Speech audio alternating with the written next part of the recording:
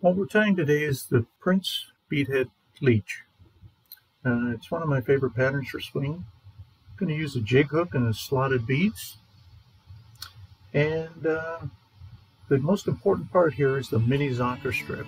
Mini zonker strips are much thinner than regular zonker strips. Zonker strips are about a 1/4 inch thick. The minis are about 1/8 of an inch thick. This is on a size 8 jig hook, and it's pretty small. It's actually very small. You can see my thumbnail. It's not much bigger than my thumbnail. The way to get the right measurement on the tail is to bend the zonker strip back over the fly and kind of measure it to the hook length. It does a real nice job of giving good proportions for the tail versus the rest of the fly.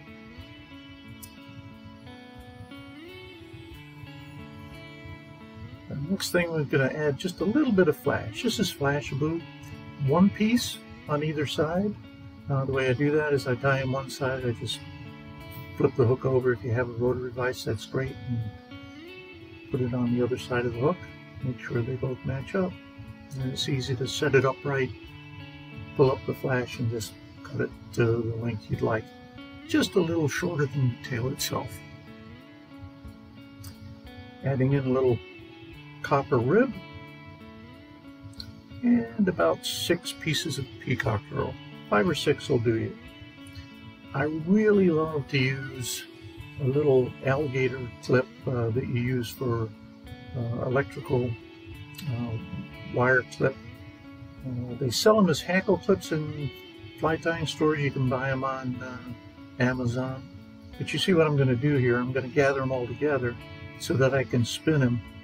And what I'm going to do is take that clip, and it holds everything. There it is. It holds everything in one piece. Pull it up to the top and you can spin it. That way you can get every single little bit of herl out of that piece of herl. And when you're tying size 8s, sometimes you need that last little end piece. Now, watch very closely how this finishes off. There's a slot in that bead that runs vertically. And I'm going to match up. I'm going to pull the peacock herl up to the top and match it up with the top of the bead. And then pull the peacock herl into the slot and cut it.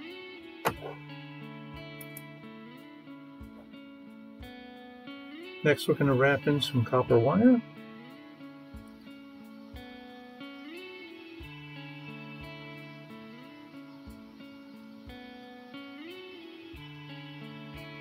Four turns will do.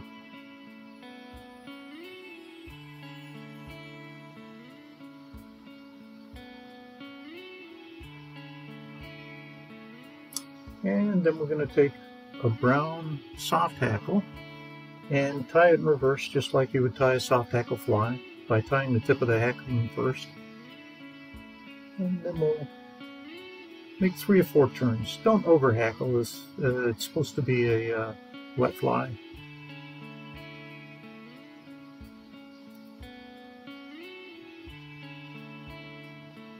And when you're done, once again, bring the hackle up to the top of the bead so it goes right in the slot, and then tie it off.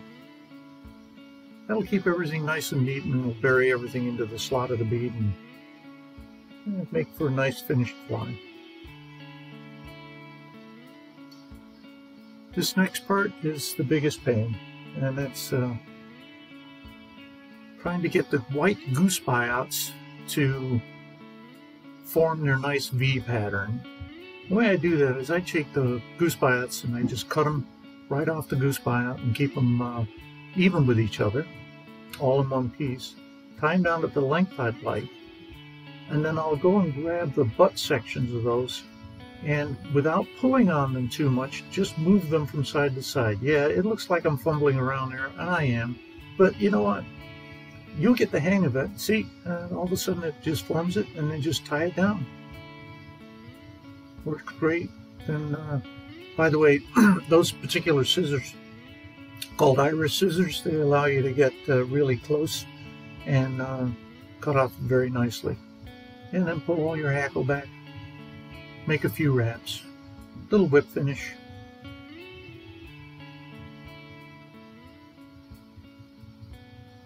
Cut it off. And last but not least, add a little super glue. Just a drop. Little as possible, right on the back there. And go fish. Thanks for watching.